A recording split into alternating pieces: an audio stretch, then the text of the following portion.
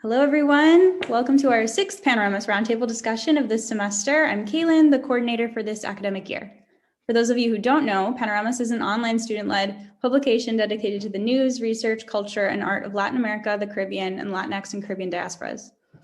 This semester, we're hosting roundtables almost every week, and we have a great team working together to make that possible.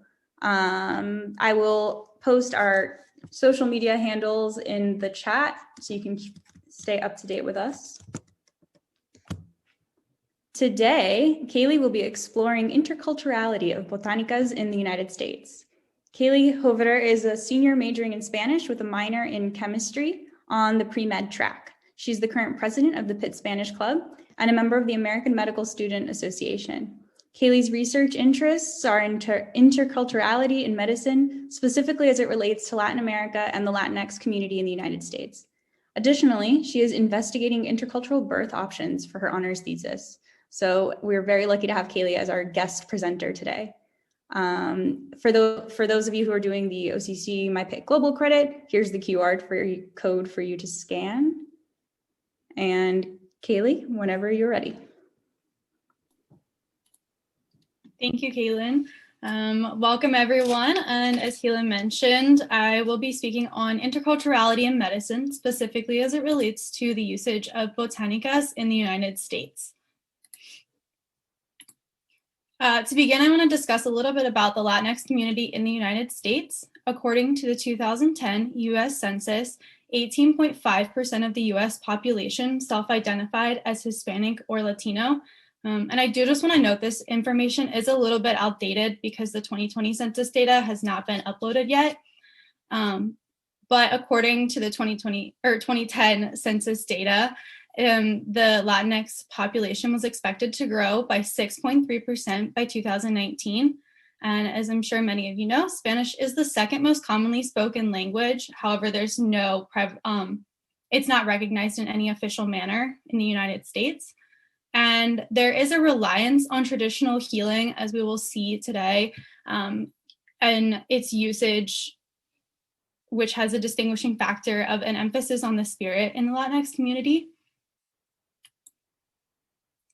Just to begin with a few terms, biomedicine or Western medicine is a system in which medical doctors and other healthcare professionals treat symptoms and diseases using drugs, radiation, or surgery. So this is the type of medicine that we typically see used in the United States.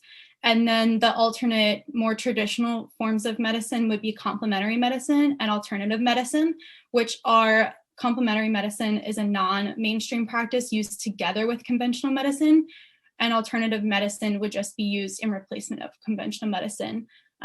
So they're fairly similar, but they both emphasize the role of the spirit in medicine in many Latin American countries, and as well as the use of homeopathic and natural remedies. So what are botanicas? A very simple definition would be that they are stores which sell herbs and other natural remedies. These remedies can be for common or spiritual illnesses, as well as just like a variety of illnesses. They are located throughout the US, and they are more prevalent in areas where the Latinx population is more prevalent, so LA or New York City, but there are a few botanicas in Pittsburgh.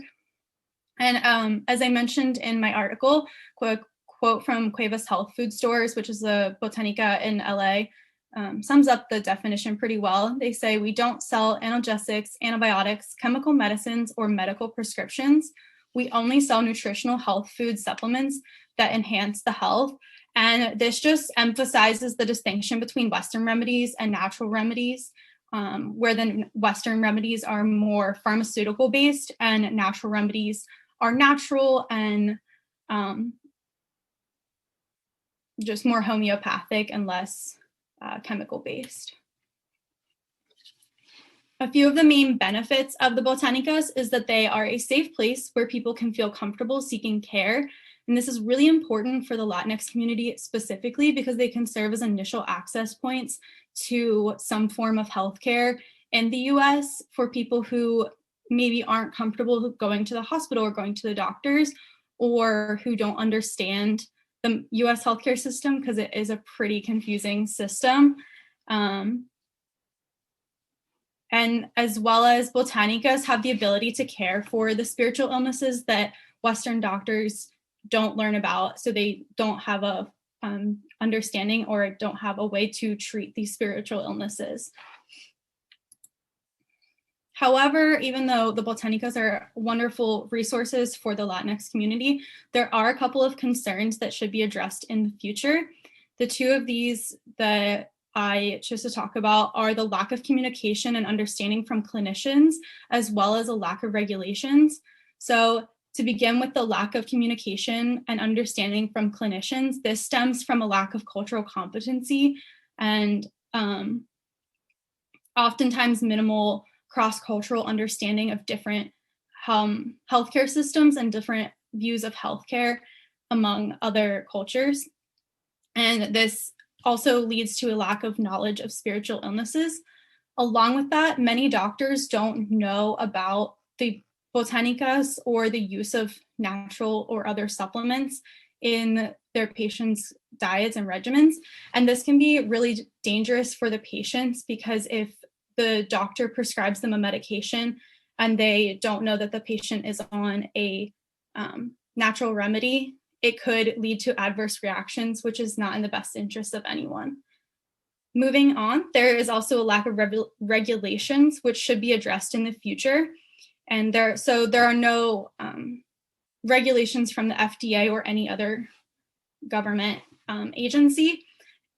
However, moving forward and creating a new system of regulations, it is absolutely imperative that the Latinx community, the owners of the Botanicas, and even healers are included in this process. Otherwise, the regulations could be ineffective as they won't understand how these natural remedies and Botanicas truly work.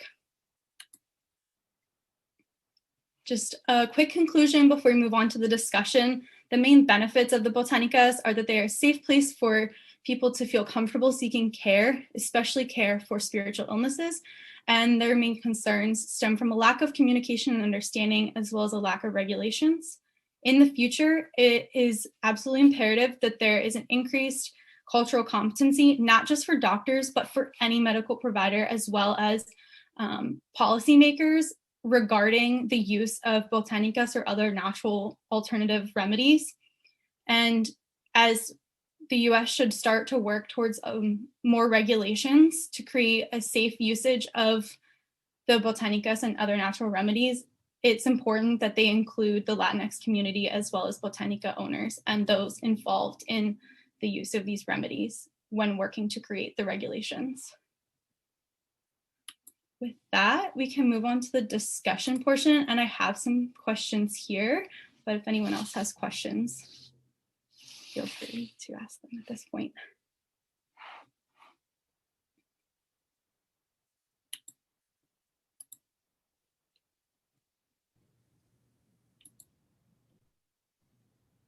Abby, did you have a question? Yeah, so you talked about as kind of like a solution to the problems, some of the problems that Western medicine has, that cross-cultural competency training is probably something that should be implemented for any medical professional. So could you talk a bit about like examples of what that looks like in practice, if there have been any successful examples of this being implemented, and kind of just what that would actually look like in practice? Yeah, absolutely. That's a great question. And as someone who aspires to go to med school and be a clinician one day, it's something I hope to see implemented in the future. One particular case that comes to mind right away is there is a university in Mexico that has their residency program. They actually go, part of the program is not just being residents in the hospital, but they go to local community centers and learn about the different forms of healing that are utilized in their community where the university is located. But I also think it's important to bring it into play in medical schools, even before students move on to residency and fellowship.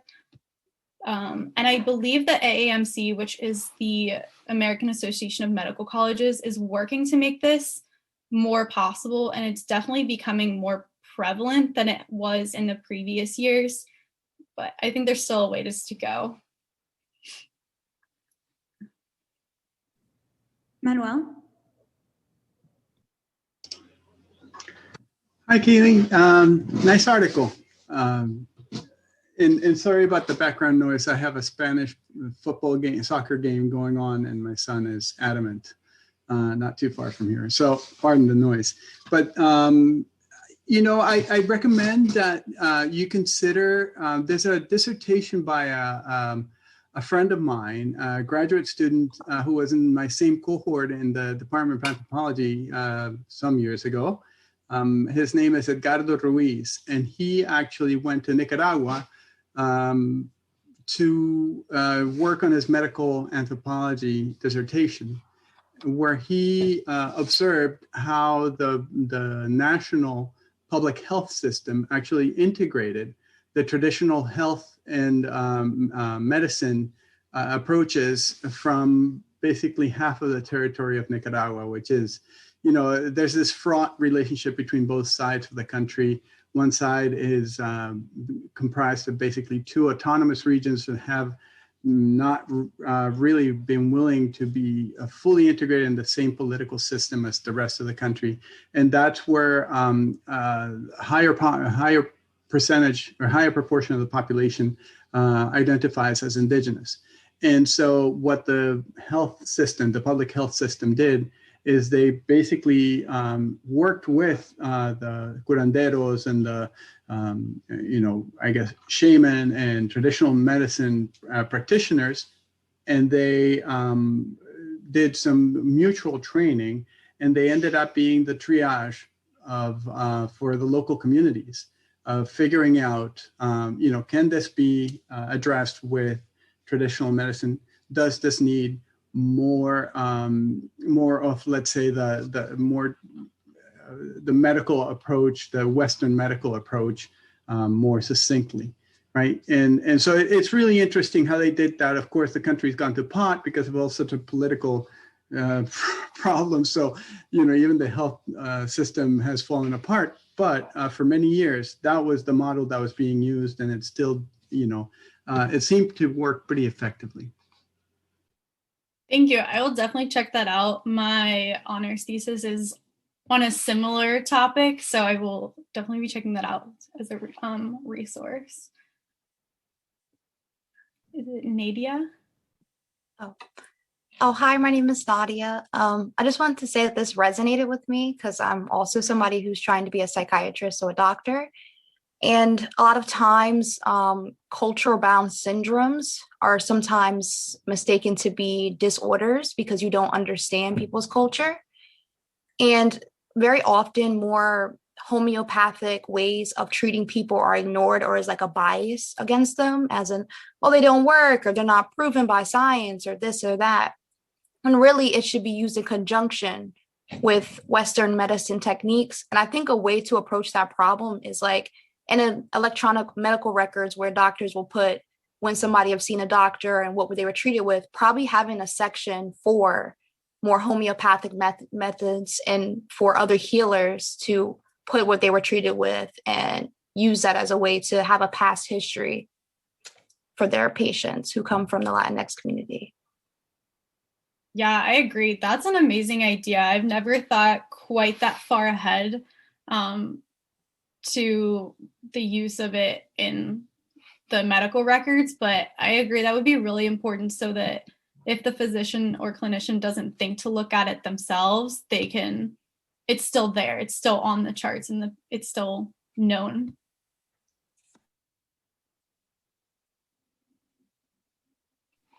Kayla?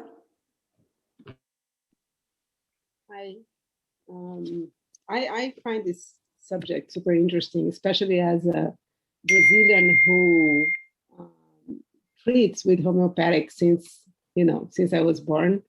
So it's interesting to see how this translates into a different context. But I was thinking about two issues that maybe will be of interest for further research.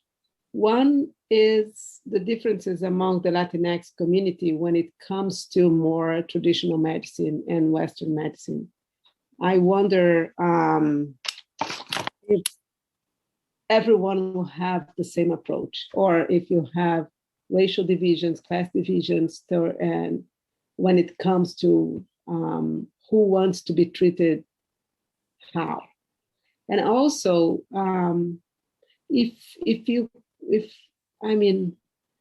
homeopathic is pretty big in Brazil, and it's big in other places in Latin America too. And I was wondering if reading something or comparing with the adoption of those methods here. Sorry, I say here because I'm in Brazil.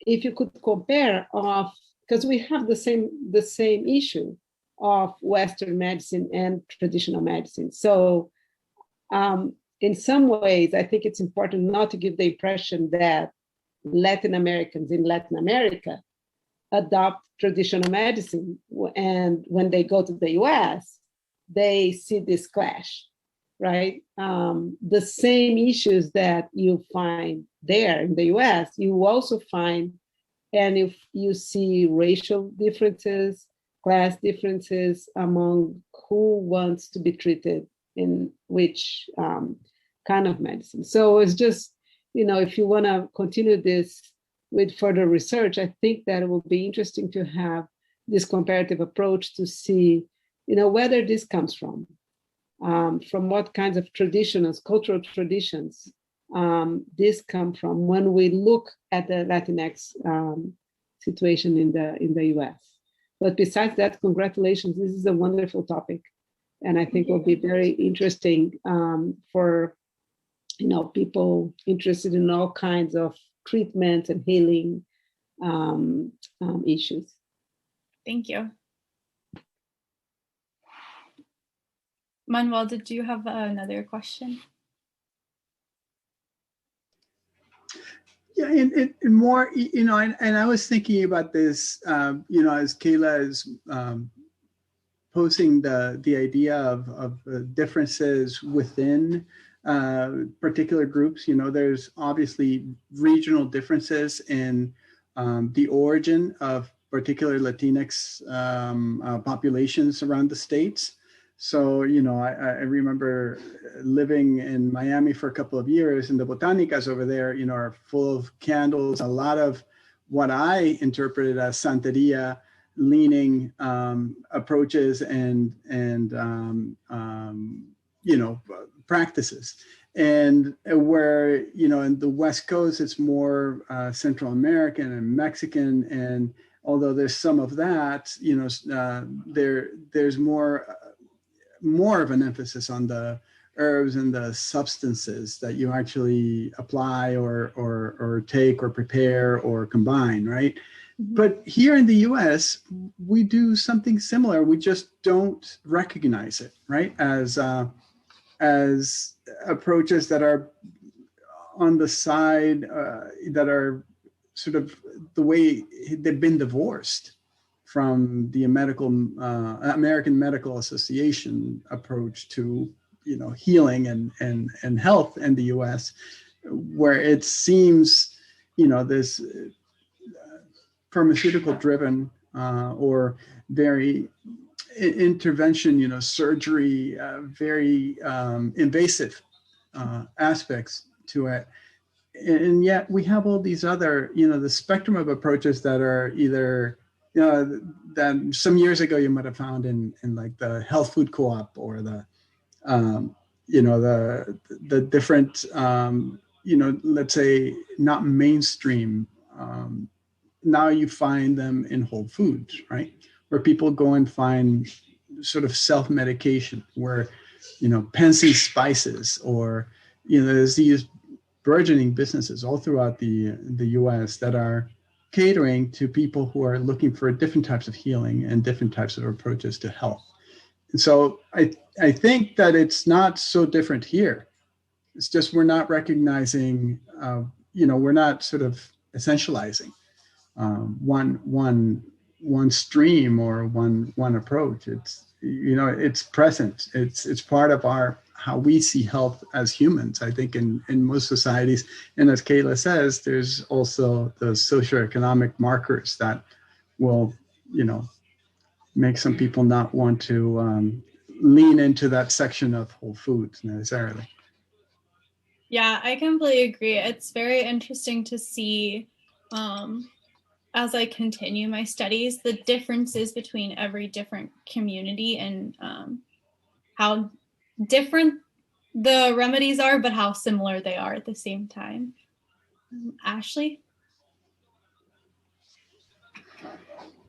So I think my question to that, or like in general, would be like, throughout your research, have you seen any like increase in faith in Botanicas, like, or just like spiritual healing, anything like that due to COVID? Because I realized there's a lot of people, believing in spirituality and like natural remedies to help, especially my family. So, yeah, did you find anything about that? Yeah. Most of my research, the articles that I read and the research that I read was before COVID. But you bring up a good point. I think it would be interesting in 2-3 years to look back at this time and see how did the pandemic affect the usage of other remedies, spiritual remedies or natural remedies, especially because there has been a fear of going to the hospital, not just for lack of understanding or lack of communication, but just general fear of being in a medical setting. Yeah, I think that would be really interesting to look at. Thank you. Caitlin? Kind of like what Ashley was saying, I wonder if, and let me know if you found anything, there's been, or I wonder what the impact will be of like the anti-vaxxer movement, which is like closely aligned with like the essential oil people. I don't know if that's like what they call, but like if there will be any impact in that connotation and like what that means to be an anti-vaxxer and just this anti-vaxxer movement and this essential oil movement with Botanica and like regulation of Botanicas in the future. I don't know, did you find any intersection of that? Not really. I know Netflix has a very interesting show called Unwell, and each episode is centered around a different alternate method of health or just something. It's all health related. The episodes are different, but there is one about the use of essential oils, and there's also one about the use of ayahuasca, which are both like fairly controversial topics when you really look into them. But no, I didn't. Besides that, I haven't really come across anything, any intersections.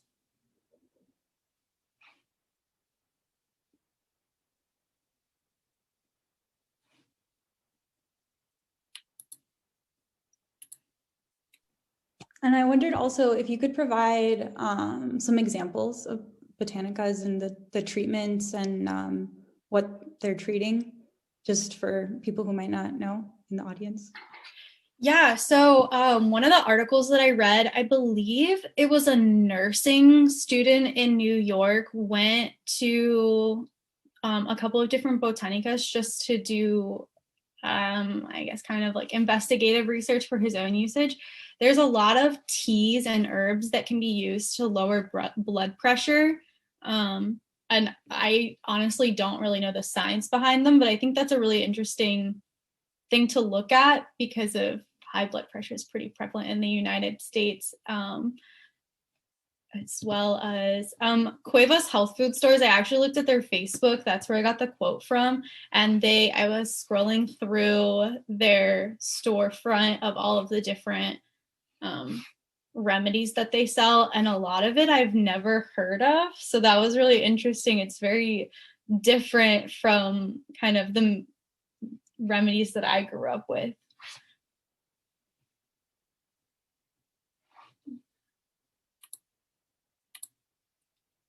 Manuel? Yeah, and I'm just wondering, a group that we seldom talk about, obviously, for certain obvious reasons in the Panoramas context, but perhaps worth thinking about is Native Americans. And is there any overlap? Is there, especially out west, I'm thinking, is there any sort of common connection in terms of their consumption or use of, let's say, like cuevas or, Navarro or whatever, Botanica. Is there any connection? Is there any, do these worlds ever come together in this context?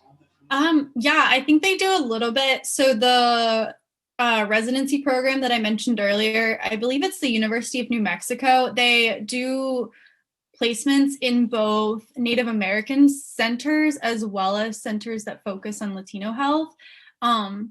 So I think that those communities, I haven't seen any specific research, but I would imagine that, yeah, there's probably some intersection in their use of remedies. And then is there anything like this in Canada? I don't know. I'm just thinking because of the First Nations, and how they're. I'm sorry. I'm just trying to make connections and comparisons here.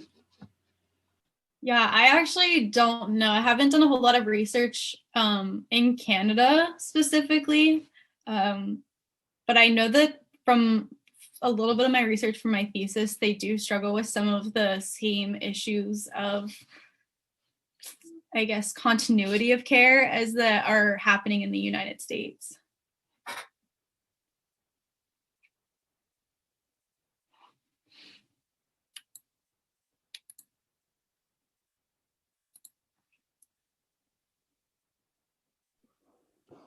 I'd like to ask a little bit more about your thesis, and what do you think, where's the intersection between this research on Botanicas and your thesis on interculturality of birth? So it started as a capstone where I talked about both in one paper, but they're two separate topics when you really get down to it. I think for my personal research interest, I'm looking at as a future clinician. I know that when I finish my Spanish major, and I finish med school, I want to work in a community that has a Latinx population, such as my hometown, because I want to be able to help this underserved community that is sometimes fairly often underrepresented in the US healthcare system. And I found a really interesting case of intercultural births in Bolivia. And from there, I just kind of kept going with it. I don't know if that answers your question.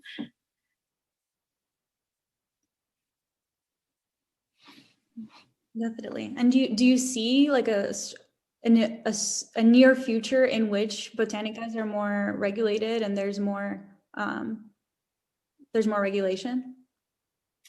I hope so, but sorry, I think I messed something up on the screen. I'll have to fix that in a second. I hope so, but I think that there needs to be more awareness of the issues before there can be more regulation, just because I think it's not something that people are fully aware of. Yeah. If no one else has a question, I can pose one of my discussion questions if anyone wants to, if that's okay. So my first question would be, what ways do you suggest overcoming the lack of communications between doctors and their patients of the Latinx community?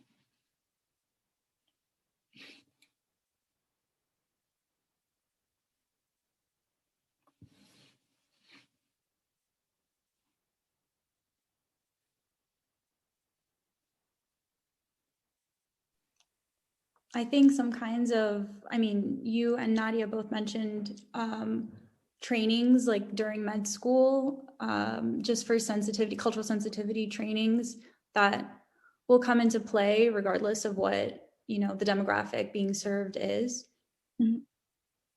I think that's a good first step. Mm-hmm. I agree. I think something that I hope to see is that as my generation moves forth in becoming the leaders, that we are more understanding of the people around us and the differences that exist among the people that will be our peers and the people that we'll be working with in the communities that we work in. So that's something I really hope to see in the future. I would. Oh, sorry. This makes me think about like a lot of, a large portion of the Latinx community in the United States is undocumented. And I think that, I think someone had briefly touched on like there's a lot of fear in going to the doctor. There's a lot of just miscommunication with, either it being related to like these are not the ways that they take care of health, traditionally, or back at home. They come to the US and it's just a very different, health environment and treatment, or that, there's a fear of you can't even go to the doctor, in a lot of cases if you're undocumented. So I think this is more of like a larger scale kind of structural like communication. I think there are free clinics, but I think that I don't know any like specific solutions. I know only, free clinics. And I guess increasing like communication, even if it's by pamphlets or family members and things like that, resources for people who don't have access in the US. So. Yeah, I absolutely agree. One of the key things with the Botanicas is that because the owners of the Botanicas tend to be part of their community, there's a sense of trust. And if the Botanica owner thinks, hey, maybe I can't, this is something that I can fix, okay, here's the solution that I can give you, but hey, also maybe this is something you really should get looked at a doctor, so they can kind of be like a stepping stone, which I think is really important. Nadia? I totally agree. This can be a huge issue as well. Back to healthcare accessibility for everyone. And also, I think having more representation in medicine would help as well, because those who come from those communities that have, healers could let people know about their culture and about the history of it. Even though that's not their job to do, I feel like having that representation helps build that trust between patients and doctors. Yeah, I absolutely agree. Bridget? This is similar to what you were saying earlier, but I think just having, and it's hard to talk so broadly in terms of like healthcare problems, but I think in most situations, having like an interdisciplinary approach is going to lead to the best outcomes for a lot of people. And so this is something I'm studying like now too, in terms of rehabilitation, but if someone has a problem, a lot of the times they don't just need to like see their doctor. They might like also need to have access to an occupational therapist or a counselor or a physical therapist, and like have all these different sources that are specialized in different areas. And so I think with that, like having a team that is accessible to you, and maybe a part of that team is like your herbal specialist or someone who practices medicine that's like from where you are from. I think just having that combination can always lead to the best results. Yeah, absolutely. I was recently reading about kind of the outside effects of physical therapy and how much your emotions and just your mental well-being also plays a role in that. So I think having the continuity in care as well as the understanding plays a really big role in the mental capacity or the mental aspect of just getting better and being healthy.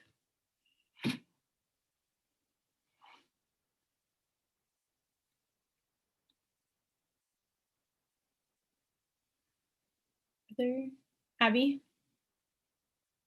Yeah, going off of what Bridget is saying, I think that it's just kind of important. I think right now, generally speaking, people kind of have this binary that it either has to be traditional medicine or Western medicine, and it's like one or the other. You have to choose one, and you're kind of like forced to fall into one camp, when in reality, they don't have to be mutually exclusive at all.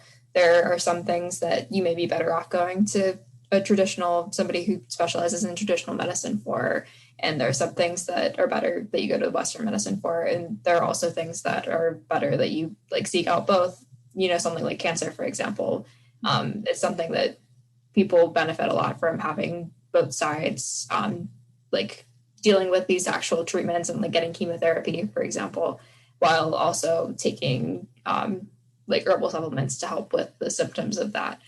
So I think that we just need to work on, we as a society and as like people going to doctors, as well as physicians themselves and medical professionals themselves, need to sort of reject that binary and accept the fact that both have a place and one isn't better than the other. They both serve their individual roles. Yeah, absolutely. You bring up a really good point, especially when considering cancer, because it's not just a quick fix. It tends to be a long-term treatment option that really takes a lot out of a person. So having a community and having the natural remedies to just kind of boost everything is really important. But like you said, the chemotherapy or radiation treatments are also super important. So in the future, I hope to see kind of like an intersectionality between these two, similar to what Manuel was describing in Nicaragua, I believe that's where he was talking about.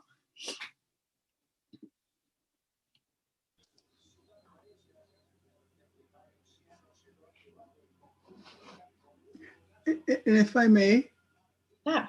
about you know, I think that one of the challenges will be to keep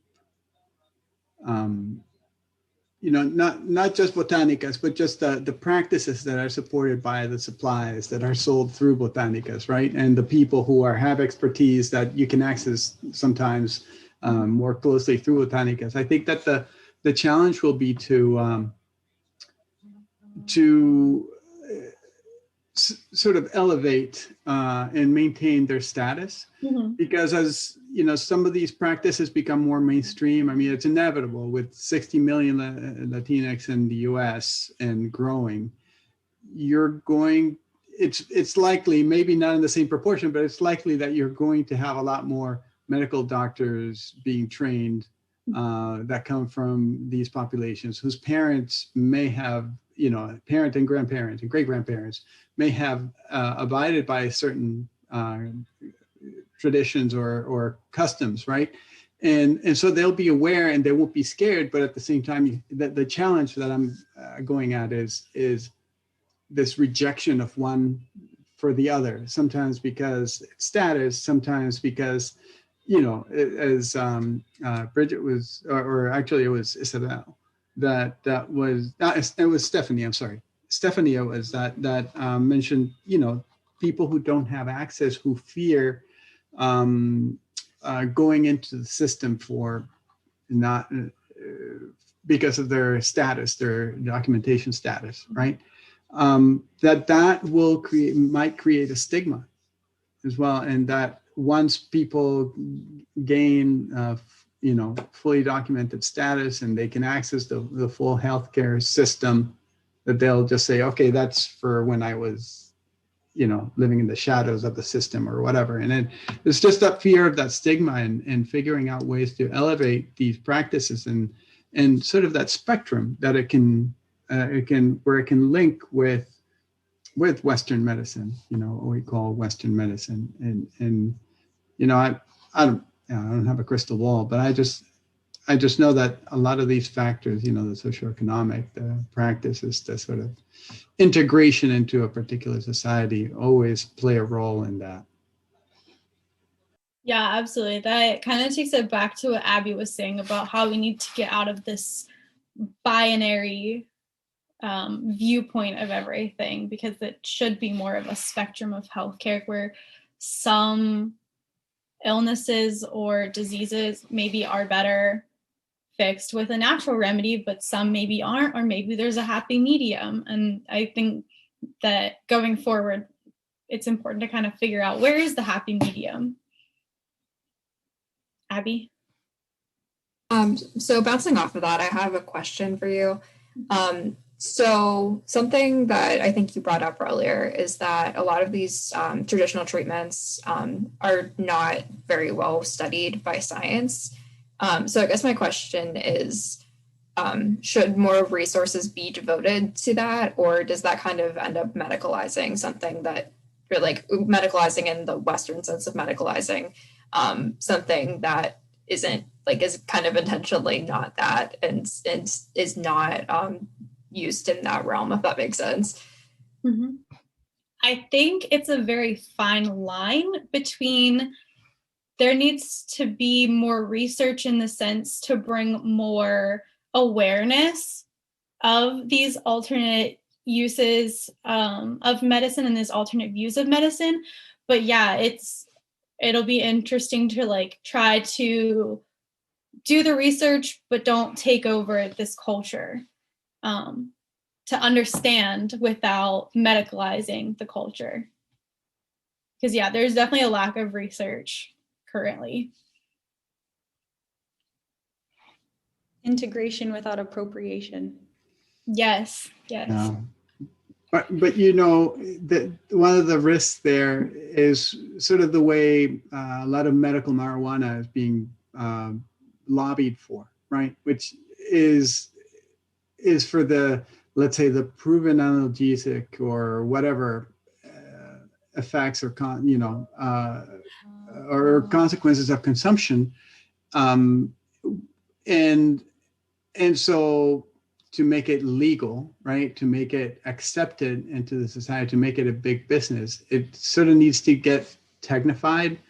Mm-hmm. And you know, I'm not sure how much of a choice we'll have in the end of what role it plays, that the cultural aspect plays in there, because in the end, you know, it's just such a dynamic thing, culture, and it's always changing and adapting to what we need and what we do. That it's just, yeah.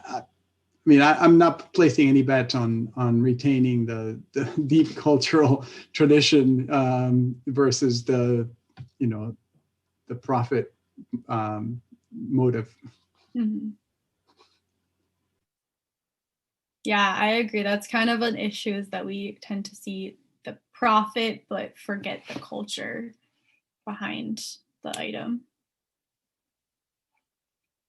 Are there questions in the chat at all? At the same time, just thinking about this like integration without appropriation, I think it really relies on the owners of these botanicas and these people, these healers and these medicine people being the like leaders in those kinds of decision making, you know, leaders in whether or not research can even be done. Because in a lot of cases, you know, thinking about indigenous cultures, that like some of the information isn't supposed to be shared with outsiders. You know, it's supposed to be kept within the healers. It's not something that can be used by just anyone. So I think there's that to consider too. Because while like, you know, it may seem like, yeah, I mean, just raising awareness, even within like Western medicine or however you call it, like that might help solve stigma and such. But you have to think maybe there's a reason why the communities haven't been reaching out, you know? So there's that too. Yeah, absolutely. That's a very good point to consider moving forward. Nadia, sorry. Yeah, I totally agree. I think what she was saying is putting the healers in the forefront and making people know that the point of it is to have the healers use it. Mm-hmm. Like what happened with sage in Native American culture. It's used as like a spiritual ritual to cleanse like a person or a space. But now it's that people know what it's used for. It's kind of being used out of ceremonial purposes, and it takes the secrecy out of it. And it's going to be kind of hard to block that from happening. But I feel like putting the healers in the forefront will be a kind of a solution to that, or a way to prevent that from being capitalized. Yeah, absolutely. I completely agree. And I think that's also why, as if there are regulations moving forward being put in place for the safety to ensure the best usage of natural remedies, it's so important to include healers in this process, because an example would be in Chiapas, Mexico, they created a birthing center attached to the hospital, but they didn't get the input of the creators of the center didn't take into consideration any of the input of the indigenous communities they were trying to target or the birth attendants. So it kind of flopped and no one used it. And that kind of defeats the purpose of it then.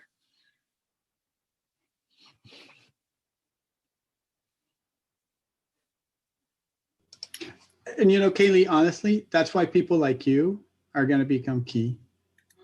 Because, I'm not just saying this to make you feel good, but it's a matter of people who are willing to span, the chasm that exists between what seem like completely different and disjointed worlds, and actually is willing to see the common thread and the importance of one and the other without necessarily subordinating, and that's essential, because for a long time it seemed, and it's changing a bit, right? But for a long time it seemed that pre-med and medical aspirants were basically mechanics, right? And not really caring about the leather and the seats, and so I think that we, people like you who are willing to look outside and to enrich the perspective as you forge towards a career, but have a broader understanding. I think that's key. And to the extent that you and others who think like you can, make that a worthy pursuit. I mean, hats off, because it's going to be a lot of work, but it's really important. Thank you. Thank you very much. That means a lot.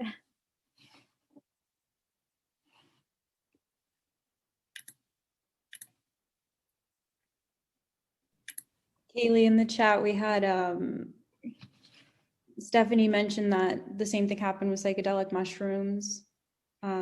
And Abby mentioned that Goop Lab is the epitome of appropriating traditional practices out of context. And I have a vendetta against Gwyneth Paltrow, so that's totally great. And yeah, now it's seen as Nadia mentioned that it's seen as a recreational experience for festivals instead of its intended use, which, I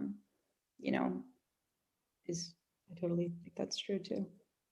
Yeah, I don't know if Sophia's here or not, but I know she did a little bit of this similar discussion as far as the use with ayahuasca, which is, that's like a whole nother topic for a whole nother roundtable, but it's another example of it's being taken out of the context that it was originally intended for.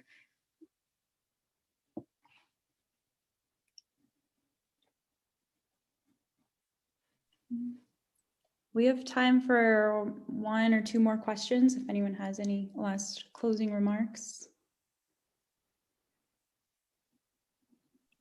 I guess I have something quick. Just for anyone who uses any type of herb or medicine, even if it's just over the counter, that's sold in a convenience store. Just bringing in an environmental perspective, like for ginseng in particular, like I know that's like Asian.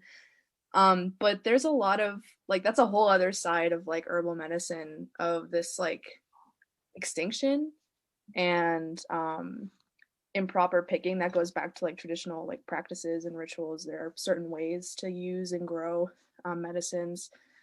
And so when it becomes mass produced, there's a lot of like emphasis on using the wild plant, right? But then that's causing like ecosystems to go out of whack. So there's that too. So I don't know, I guess solutions would be to like local growers, or like more sustainable companies that sell and stuff like that. But it is hard to find, and it is hard to navigate. So there's that. Yeah, I think you bring up another good point about a way of creating collaboration in the future is having the environmental standpoint be collaborative with the medical standpoint, and again, finding kind of like a happy medium, if that's possible.